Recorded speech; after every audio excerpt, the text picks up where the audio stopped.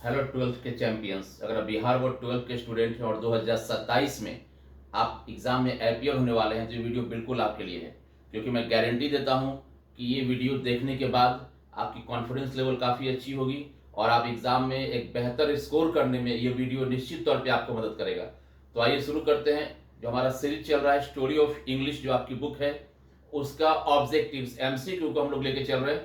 तो अगर आपने इसके पहले वाला वीडियो नहीं देखा है तो आप प्लीज प्लेलिस्ट में जाइए और वहां आपको स्टोरी ऑफ इंग्लिश MCQ करके मिलेगा।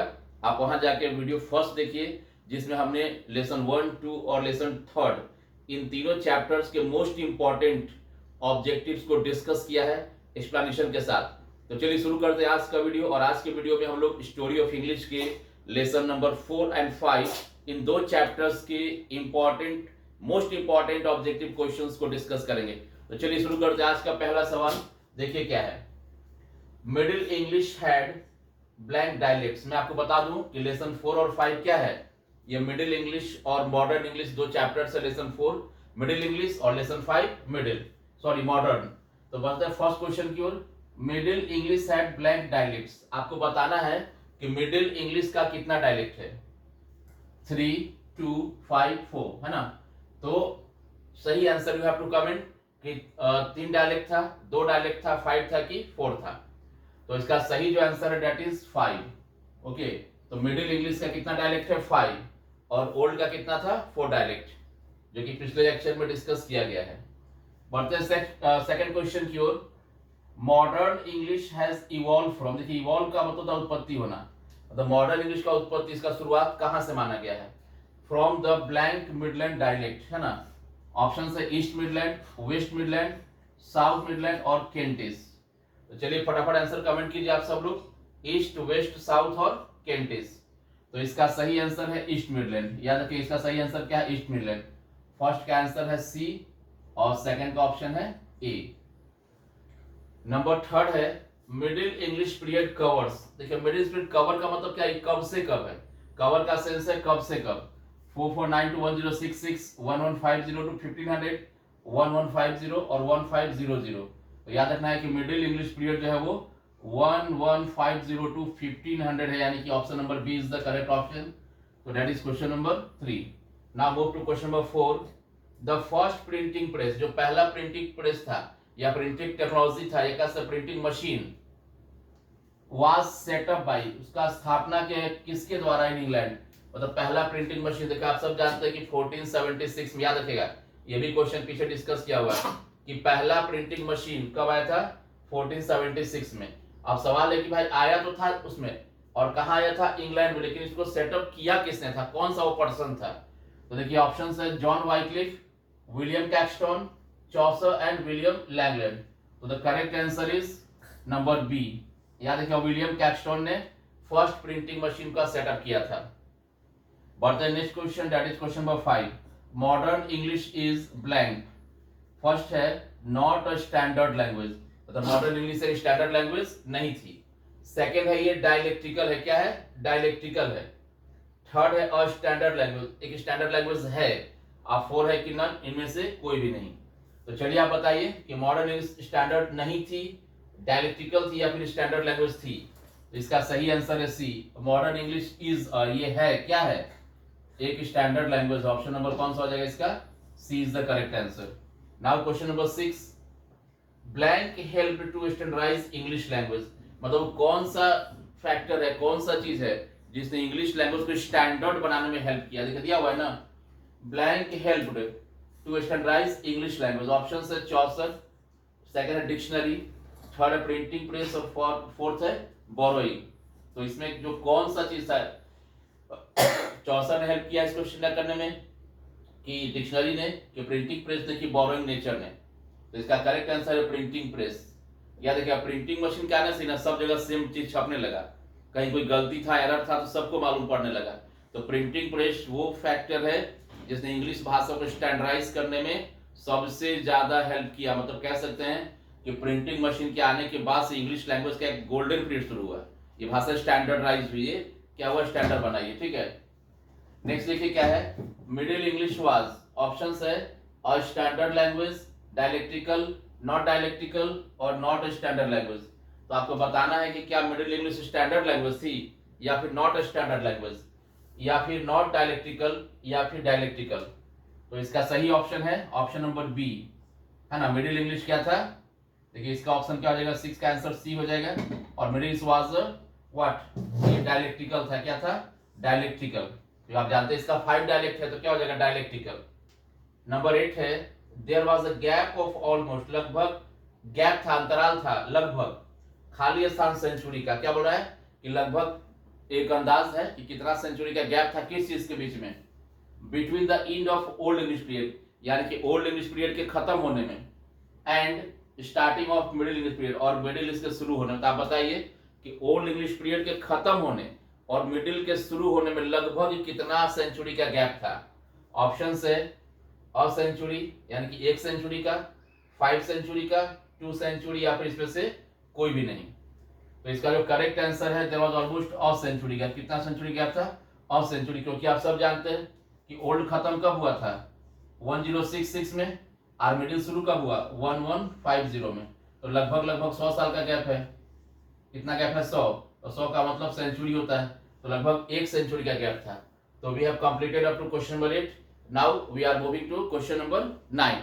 तो चलिए फटाफट अच्छे से नोट कर लीजिए जो भी नहीं आता है, और हम लोग अब बढ़ते हैं अपने अगले क्वेश्चन नंबर 9 की तरफ। तो आपके सामने है अब क्वेश्चन नंबर 9। तो एकदम लगातार देखते रहिए, ईमानदारी से देखते रहिए, इस सीरीज जारी है। और ये नहीं कि नया, हमने देखिए पीछे भी हर रोज 4 सवाल का सीरीज, मैंने कहा था कि 25 डेज 100 क्वेश्चन लेके आऊंगा, तो 100 क्वेश्चन को पूरा किया। एग्रीमेंट आप देखिए, कंटिन्यूटी को, एग्रीमेंट पूरा एग्रीमेंट खत्म किया गया, 48 रूल्स। फिर उसका 4 प्रैक्टिस सेट का बात था, वो पूरा 4 प्रैक्टिस सेट आ चुका है। प्रोज का टाइप, पोएट्री का टाइप, जो भी चीजें मैंने कहा वो पूरा किया गया है। और अब भरोसा रहा कि यहाँ भी मैंने बोला है कि हम लोग पूरा स्टोरी ऑफ इंग्लिश के 11 चैप्टर्स को, है ना, उसके सारे जो भी चैप्टर्स अपने सारे के एमसीक्यूज को लेके आऊंगा।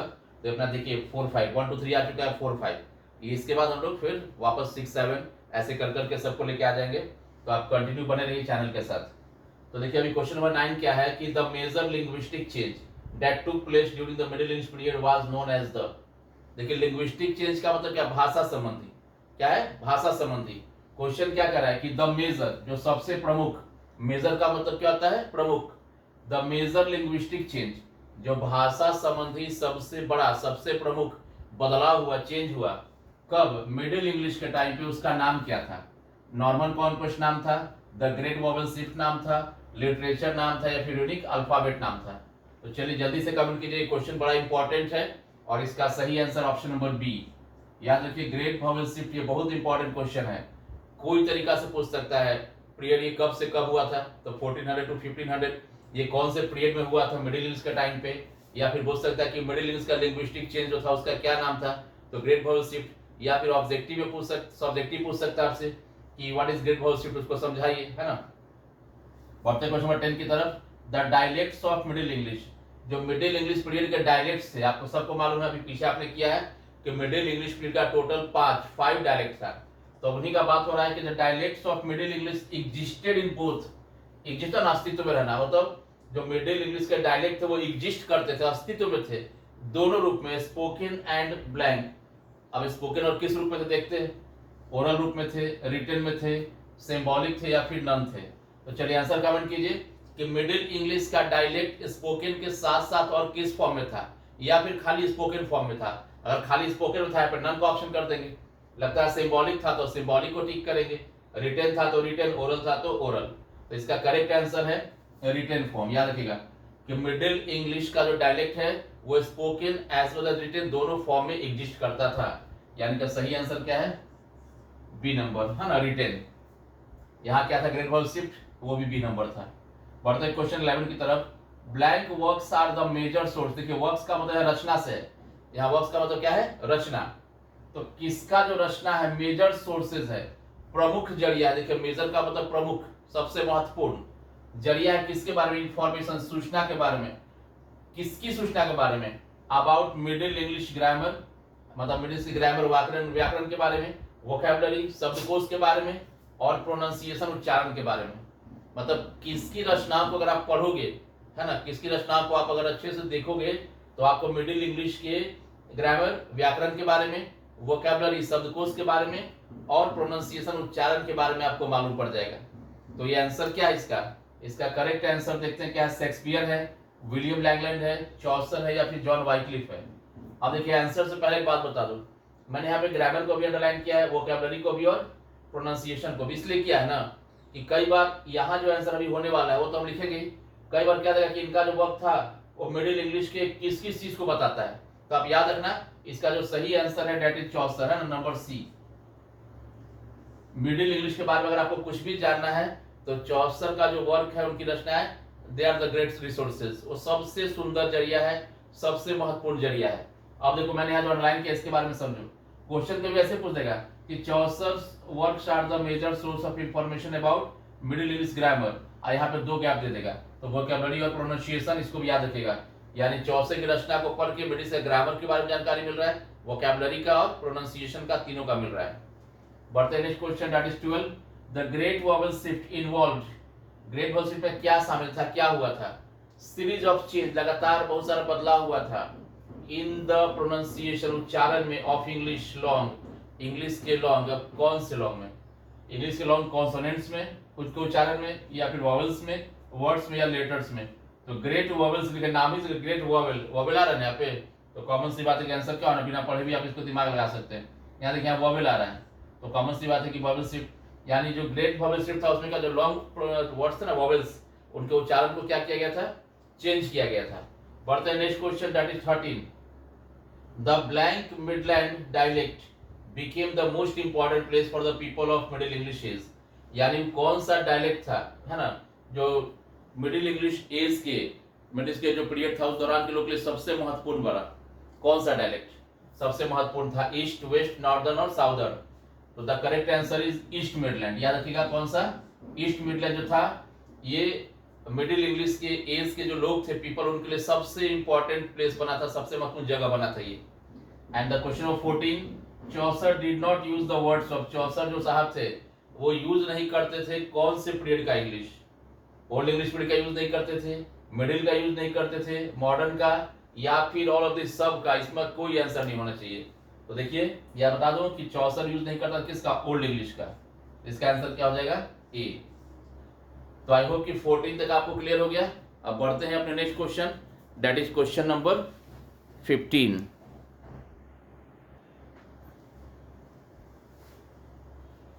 तो देखिए नेक्स्ट 15 नंबर क्वेश्चन क्या है, the 2 most important events of the middle English period, मतलब मिडिल इंग्लिश पीरियड का 2 सबसे इंपॉर्टेंट इवेंट का नाम बताना है। ठीक है, क्या बताना है, मिडिल इंग्लिश पीरियड का 2 सबसे इंपॉर्टेंट इवेंट था, घटना, क्या क्या हुआ था उसमें।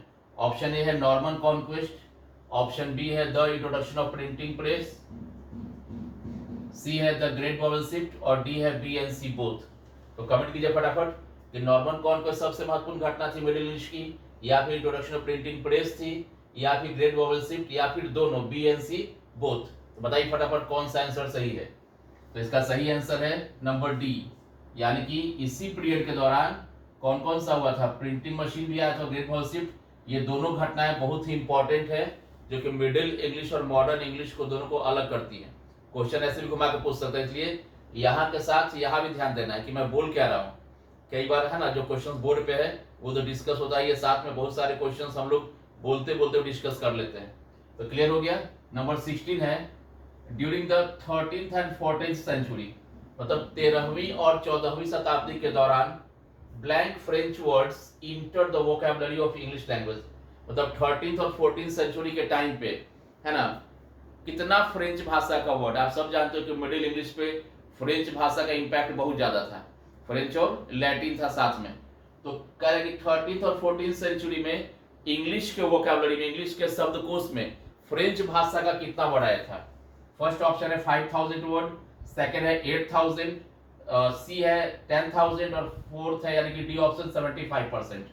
तो देखिए 75% तो ये होगा ही नहीं, तो कितना वर्ड्स आया था, तो कितना आया था, the correct answer is option number C. इसका सही आंसर क्या है, 10,000 वर्ड। याद रखिएगा कि 13th और 14th सेंचुरी के दौरान फ्रेंच भाषा का 10,000 शब्द इंग्लिश के शब्दकोश में शामिल हुआ था, और आज के डेट में, है ना, उसका कितना 75% आज भी यूज में है। क्या है? 75% क्या है? आज भी यूज में है। ठीक है, चलिए बढ़ते हैं नंबर 17 की तरफ। The literature of middle English period. जो मिडिल इंग्लिश पीरियड का जो लिटरेचर था, बड़ा इंपॉर्टेंट क्वेश्चन। देखिए ये 17 से लेके 21 तक इससे आने का चांस बहुत ज्यादा रहेगा। याद रखिए ये जो है ये सारे आपकी इंपॉर्टेंट है, मोस्ट इंपॉर्टेंट क्वेश्चंस है। The literature of middle English period had been divided into blank phase. यानी मिडिल इंग्लिश के लिटरेचर को कितना फेज, कितना हिस्सा में बांटा गया था? 3 फेज में, 2 फेज में, 4 में और 5 में। तो चलिए कमेंट कीजिए फटाफट आंसर कि मिडिल इंग्लिश के लिटरेचर को कितने फेज में बांटा गया? 2, 3, 4, 5, 6, 10, 20, 50, जितना मन उतना बोल दो, कोई दिक्कत नहीं, सब सही है ना। तो चलिए इसका जो सही आंसर दैट इज 2 फेज। कितना फेज बांटा गया? इसको 2 फेज में बांटा गया है। नेक्स्ट है द फर्स्ट। देखिए फर्स्ट या अर्ली दिया ब्रैकेट में, क्योंकि जो रटता है वो फंस जाता है। फर्स्ट फेज बोलो चाहे अर्ली फेज, बात एक ध्यान रखना है, फर्स्ट फेज या फिर अर्ली। अर्ली तो शुरुआती पहला। तो जो फर्स्ट फेज था मिडिल इंग्लिश लिटरेचर का वास प्रमुख कब से कब था? जब 2 फेज में बांटा गया तो दोनों का एक ड्यूरेशन होगा, टाइमलाइन होगा कि भाई पहला फेज इतना से इतना और दूसरा फेज इतना से इतना। तो बताना है कि जो मिडिल का पहला फेज था लिटरेचर का वो कब से कब था? 1300 1360 1300 1550 1150 1215 1150 1250। मतलब बताइए 1300 से 1360, 1300 से 1550, 1150 से 1215 और 1150 से 1250। Just comment the answer. चलिए चलो जागो मेरे सोरो, है ना। सब शेर जो है ना एकदम ओरिजिनल शेर बनो। सुना ना, मिट्टी के शेर नहीं, आपको ओरिजिनल शेर बनना है। गर्दा गर्दा धुआं धुआं एग्जाम में करना है तो एकदम चैनल के साथ बने रहिए, प्यार लुटाते रहिए और हम अपनी मेहनत से आपको आगे बढ़ाते रहेंगे, वादा है। एकदम बस आपका सपोर्ट खाली बना के रखिए। तो अगला बढ़ते हैं। द फर्स्ट या early phase of middle English literature was in nature. मतलब पहला फेज में जो रचना किया गया कब से कब? 1150 से 1215 में। उस रचना का नेचर क्या था, है ना, उसका क्या नेचर था? तो देखो ऑप्शन है पॉलिटिकल नेचर था, रिलीजियस था, रोमांटिक था कि सेकुलर था, है ना। रिलीजियस, रोमांटिक, सेकुलर या फिर पॉलिटिकल। तो the correct answer is number B. याद रखिए लिटरेचर, मिडिल इंग्लिश के लिटरेचर का फर्स्ट फेज 1150 से 1215, पहला चीज। दूसरा इसका नेचर क्या था? रिलीजियस था। और तीसरा याद रखना है कि मिडिल इंग्लिश पीरियड के लिटरेचर को 2 फेज में बांटा गया था, है ना। तो पहला फेज का दोनों बात हो गया। अब देखिए द सेकेंड फेज वो कब से कब था? 1300 से 1360, 1300 से 1550, 1350 से 1450 और 1250 से 1350, है ना। तो इसका जो सही आंसर वो क्या है? D number. मिडिल इंग्लिश का जो लिटरेचर था वो 1250 से 1350 तक था। जो भी बच्चे पढ़ने वाले हैं, अच्छे बच्चे हैं, आप लगातार बने रहिए और एकदम सिंसियरली देखिए। और अभी समय है, अभी अगर आपने सब देख लिया तो अंतिम में जब प्रैक्टिस सेट आएगा तो आपको तो मजा आ जाएगा, आपको कॉन्फिडेंस आएगा कि भाई चलो, और बहुत कुछ सरप्राइज आएगा प्रभु ने चाहा तो। चलिए 21 है। The second phase of middle literature was gap in nature. पहला का नेचर क्या था? रिलीजियस। अब यह सेकेंड फेज का क्या था? रोमांटिक था, सेकुलर था, religious, B and C both. तो देखिए इसमें क्या था ना कि सेकुलर भी रचना हुआ और रिलीजियस भी। तो 21 का आंसर क्या होगा? डी। याद रखिए अगर हाँ दोनों जो है आपका, क्योंकि देखिए रिलीजियस हो ही रहा था लेकिन साथ में कुछ वर्क सेकुलर का भी हुआ था, इसलिए हम क्या कहेंगे इस सेकेंड फेज में सेकुलर और रिलीजियस ये दोनों तरह की रचनाएं हुई थी। तो इसके साथ हमने लगभग नहीं गारंटेड कितना कम कर लिया? 21। और अभी और भी क्वेश्चन है क्योंकि हम लोग को लेसन 4 और लेसन 5 दोनों कंप्लीट करना है। तो चलिए बढ़ते हैं अपने नेक्स्ट क्वेश्चन की तरफ, जो कि है क्वेश्चन नंबर 22। चलिए बढ़ते हैं क्वेश्चन नंबर 22 की तरफ।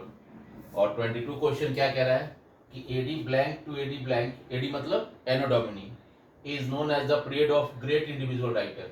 यानी कि ग्रेट इंडिविजुअल राइटर्स का पीरियड कब से कब माना गया है?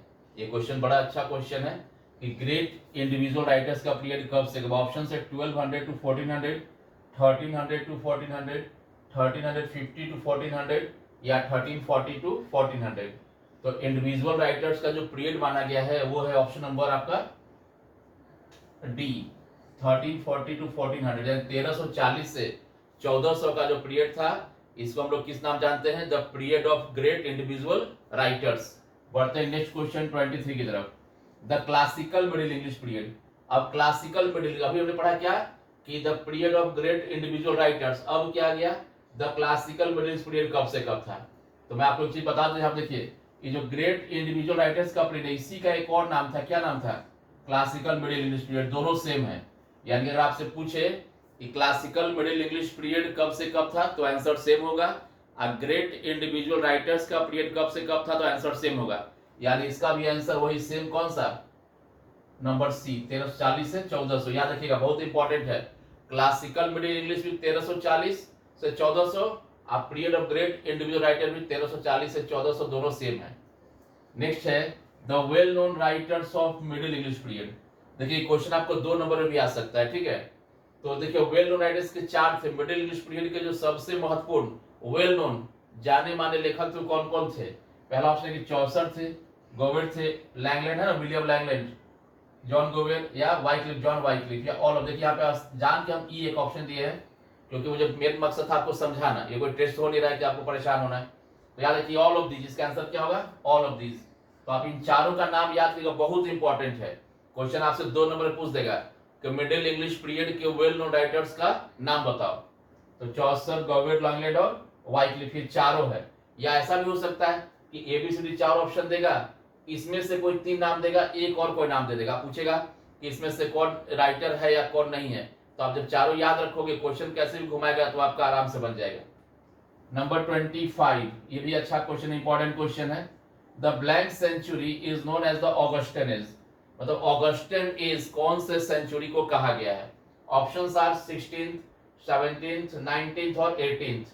ये तो आप सब लोग जानते होंगे, क्योंकि अच्छा क्वेश्चन है, इंपॉर्टेंट क्वेश्चन है। The correct answer is D, 18th century. तो याद रखना है कि 18th सेंचुरी को ऑगस्टन एज कहा जाता है। नेक्स्ट है number 26, English absorb words from almost blank different language.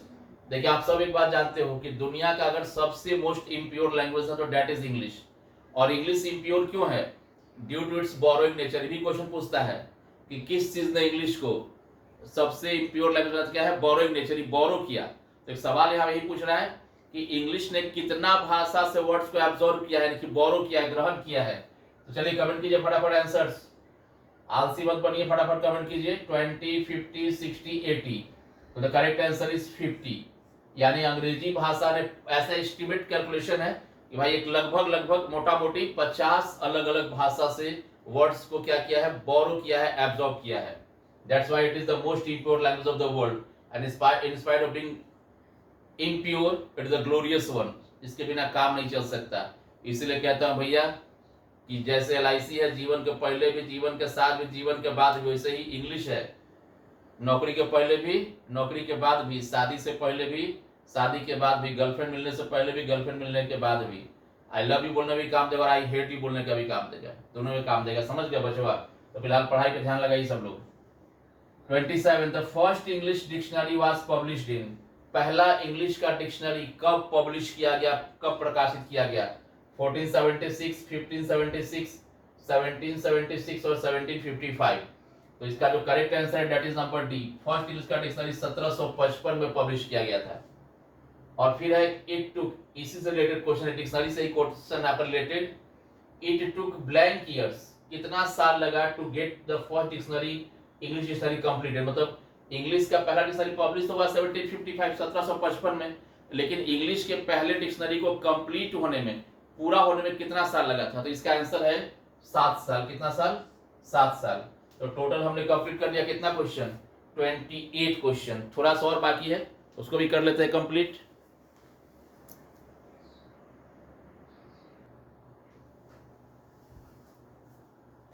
अब अपना क्वेश्चन नंबर 29 क्वेश्चन देखिए क्या है। After the blank century the English language started living the source of England. देखिए क्वेश्चन करने के पहले उसका आंसर समझना है, ठीक है? क्या कि आफ्टर द ब्लैंक सेंचुरी मतलब कौन से सेंचुरी के बाद इंग्लिश लैंग्वेज इंग्लैंड के शोर, यानी कि मतलब किनारा, यहाँ कहने का सेंस क्या है कि इंग्लैंड के एरिया को छोड़कर इंग्लिश लैंग्वेज बाहर हर तरफ फैले, वर्ल्ड में फैलने लगी। तो कौन सा सेंचुरी के बाद?